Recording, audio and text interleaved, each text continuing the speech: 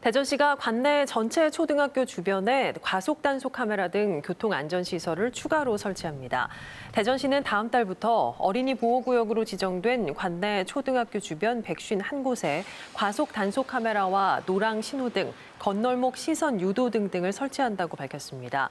이와 함께 주요 간선도로는 시속 50km로, 주택가 등 이면 도로는 시속 30km로 제한 속도를 하향 조정하고 보행자 편의를 위해 대각선 건널목과 건널목 집중 조명 등도 추가 설치할 계획입니다.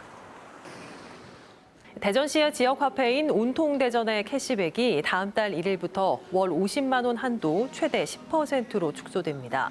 캐시백은 특히 결제금액 구간별로 차등 적용해 결제금액 20만 원까지는 10%, 20만 원 초과부터는 5%를 돌려받게 됩니다.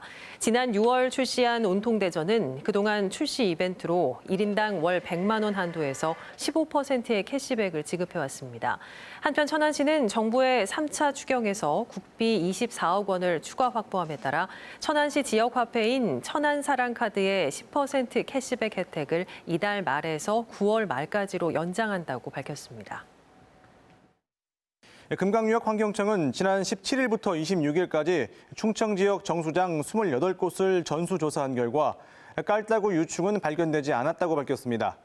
금강환경청은 다만 일부 정수장에 방충망을 강화하거나 덮개를 추가하는 등의 시설 개선을 요구했다고 덧붙였습니다.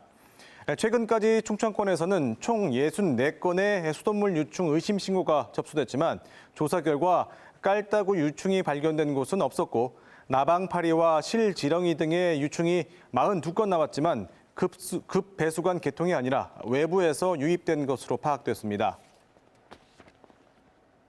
서산 대산석유화학단지 내에 세계 최초의 부생수소 연료전지 발전소가 들어섰습니다.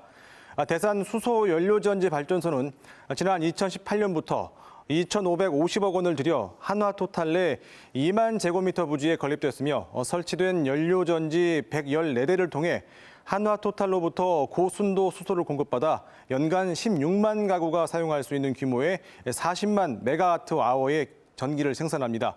충청남도는 최근 수소 규제 자유특구로 지정된 만큼 이번 수소연료전지 발전소 준공을 시작으로 수소 경제 관련 인프라를 확대해 나갈 계획입니다. 서울에 남아있던 행정안전부 부서들이 의전 담당을 제외하고 다음 달 모두 세종시로 이전합니다. 행안부는 정부 서울청사와 광화문 KT빌딩에 남아있는 주민등록번호 변경위원회 등 5개 부서를 다음 달 중순 세종시로 추가 이전할 계획이라고 밝혔습니다. 대상 인원은 5개 부서 140여 명으로 대통령 의전 담당은 서울에 남을 예정입니다. 행안부는 지난해 2월 서울청사에서 세종시로 이전했지만 일부 부서는 서울에 남아 있었습니다.